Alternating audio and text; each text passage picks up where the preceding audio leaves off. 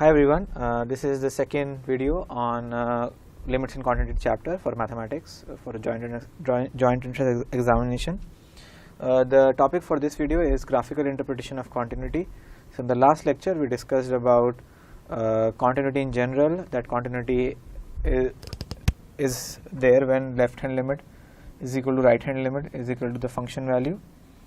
And in this video basically we will be talking about graphical interpretation of continuity and how we can through graphs understand whether the function is continuous or not.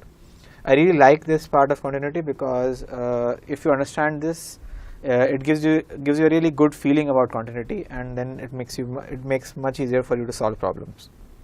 Okay, so we had discussed this very briefly upon in the last video, but let us just formally define that a function is continuous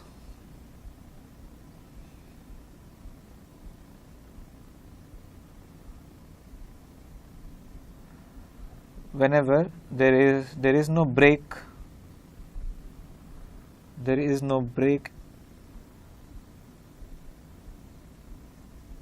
or discontinuity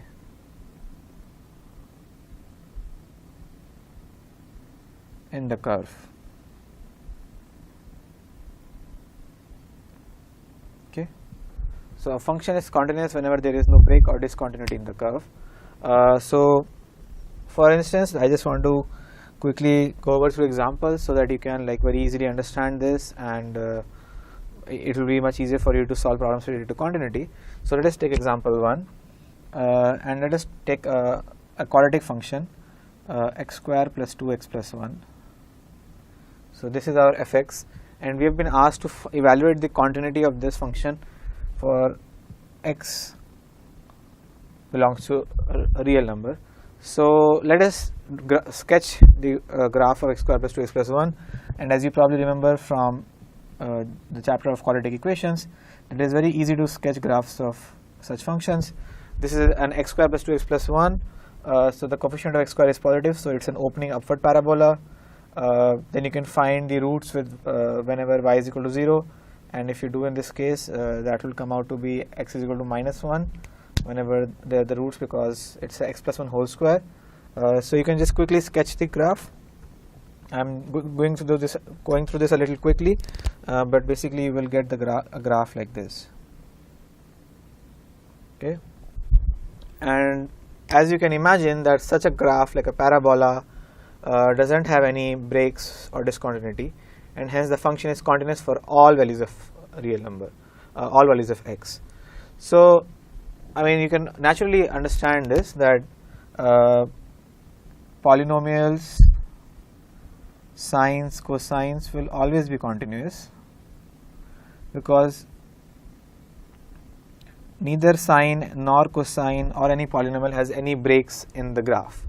So it is important for me to again emphasize on this word break or discontinuity. So whenever you see a graph which does not have any break or discontinuity, the function is continuous.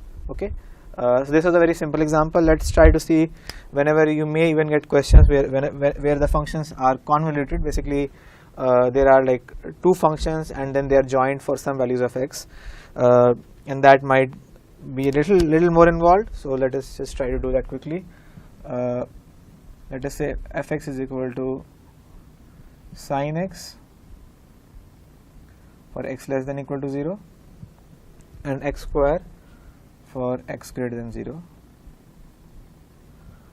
So how, and again we are being asked to find the continuity, whether the function is continuous or not. First things first, for x less than 0 the function is sin x. So we know that sin x is a continuous function. So for all the values from x is equal to 0 to x is equal to minus infinity, the function is continuous because it is a sine, right?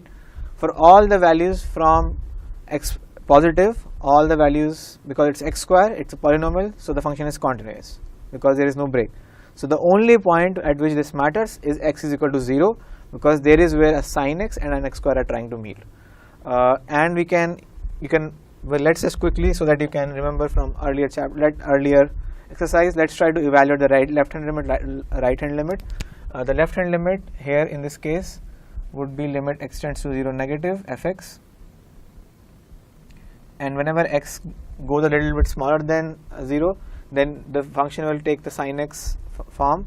So the value would be sine of this would be sine of 0 negative. So sine of something really small would be 0.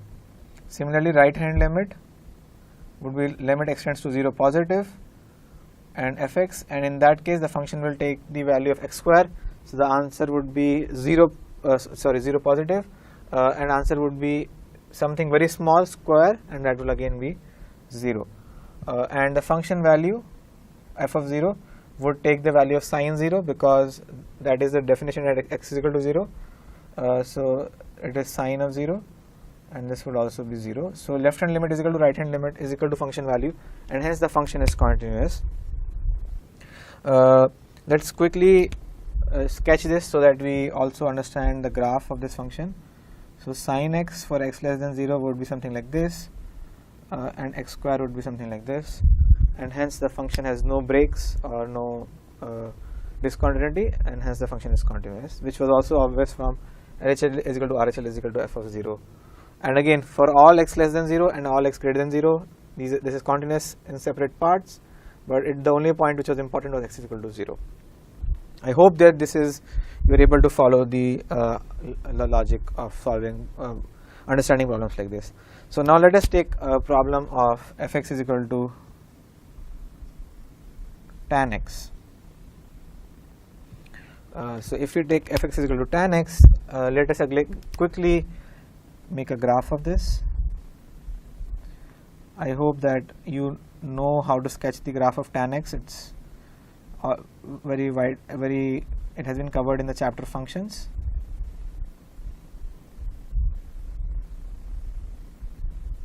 And so on. So in this case, you can see that there is a clear pattern that at odd values of pi by 2. So if you probably know this, that at pi by 2, 3 pi by 2, 5 pi by 2, and so on, because tan x is nothing but sin x by cos x, and whenever cos x becomes 0, the value becomes undefined.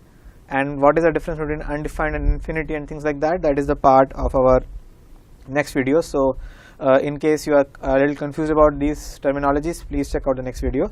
But I believe you would already know that tan x is undefined for odd values of pi by 2, for whenever x is equal to odd pi by 2. So whenever it is undefined, there is no f of a, there is no f of a, and whenever there is no f of a, there is no point of even talking about continuity. And visually from graph you can see that the function is not continuous, there is a clear break in the graph, and hence we can simply say that fx is discontinuous at odd values of pi by 2.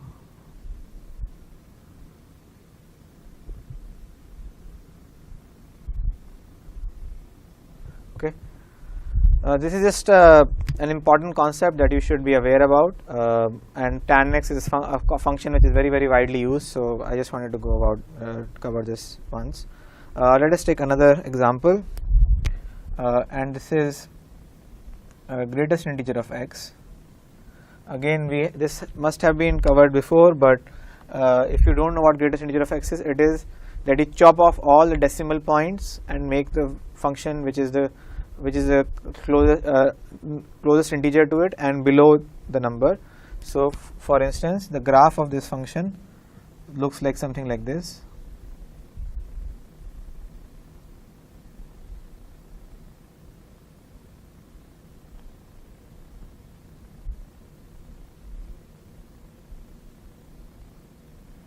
And so on.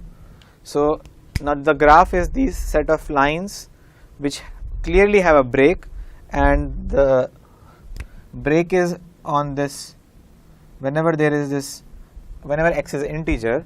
So the function, so fx is discontinuous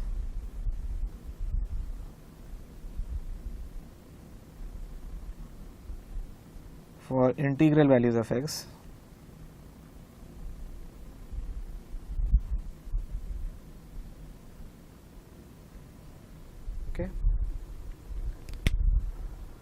Alright, so I hope that this video was helpful in terms of understanding what does graphical interpretation of continuity means, that whenever there is a break, the function is discontinuous, whenever there is no break, the function is continuous.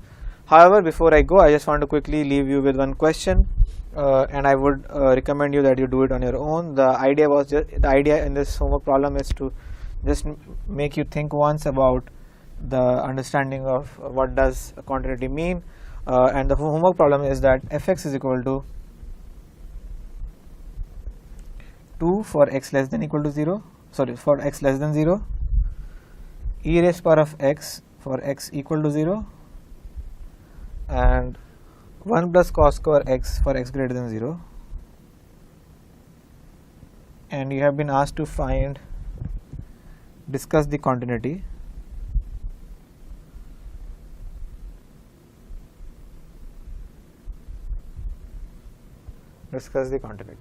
Okay. So just sketch the graph, and I mean the answer would be that the function is discontinuous at x is equal to 0. I will also recommend you that you try to evaluate left hand limit, right hand limit and function value at x is equal to 0, and I hope that you will be able to do that. So I hope you enjoyed this video. I look forward to seeing you in the next video, in which we will be going about the definitions of not defined, infinity and things like that. Thank you.